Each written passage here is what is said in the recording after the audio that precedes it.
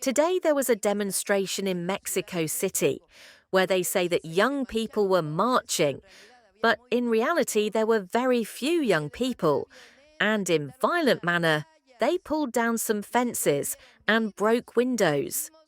We say no to violence.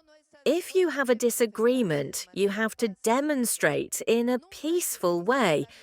There is never a need to use violence for change, always the peaceful route.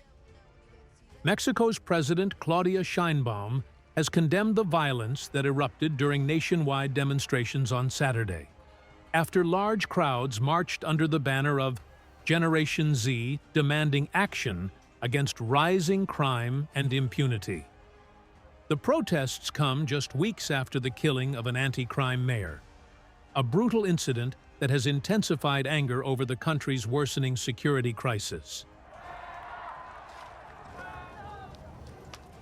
Thousands of young people took to the streets across several states, calling for accountability, transparency, and an end to the relentless violence that continues to grip Mexico.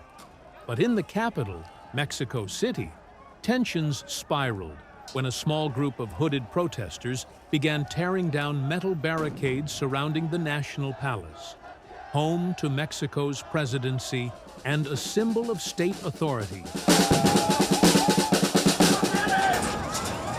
Riot police quickly intervened, firing tear gas to push back the group. The confrontation triggered chaos, with demonstrators scattering through the historic Zocalo Square. According to Mexico City's Public Safety Secretary, Pablo Vázquez, around 100 police officers were injured in the clashes. At least 40 of them were taken to hospital, highlighting the severity of the confrontation.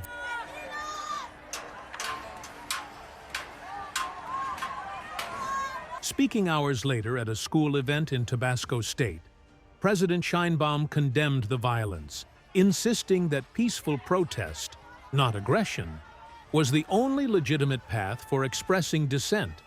"We say no to violence," she said. "If you have a disagreement, you have to demonstrate in a peaceful way. There is never a need to use violence for change, always the peaceful route." However, questions are now being raised about the movement's true backing. President Sheinbaum cast doubt on how many young people actually participated, suggesting that the demonstrations may have been bolstered by political opponents from the right. Government officials say they detected unusual levels of bot activity promoting the protest online, a sign, they claim, of coordinated attempts to manipulate public perception. Still, the scale of the protests reflects a broader wave of anxiety sweeping through the country, particularly among young people who have grown up amid escalating cartel violence and weakening trust in political institutions. For many, the killing of the mayor was simply the breaking point. As the political debate deepens and the government faces growing scrutiny, the future of Generation Z Mexico remains uncertain. Whether it becomes a lasting youth-led movement or fades amid political accusations may shape the country's next chapter in the fight against violence and corruption.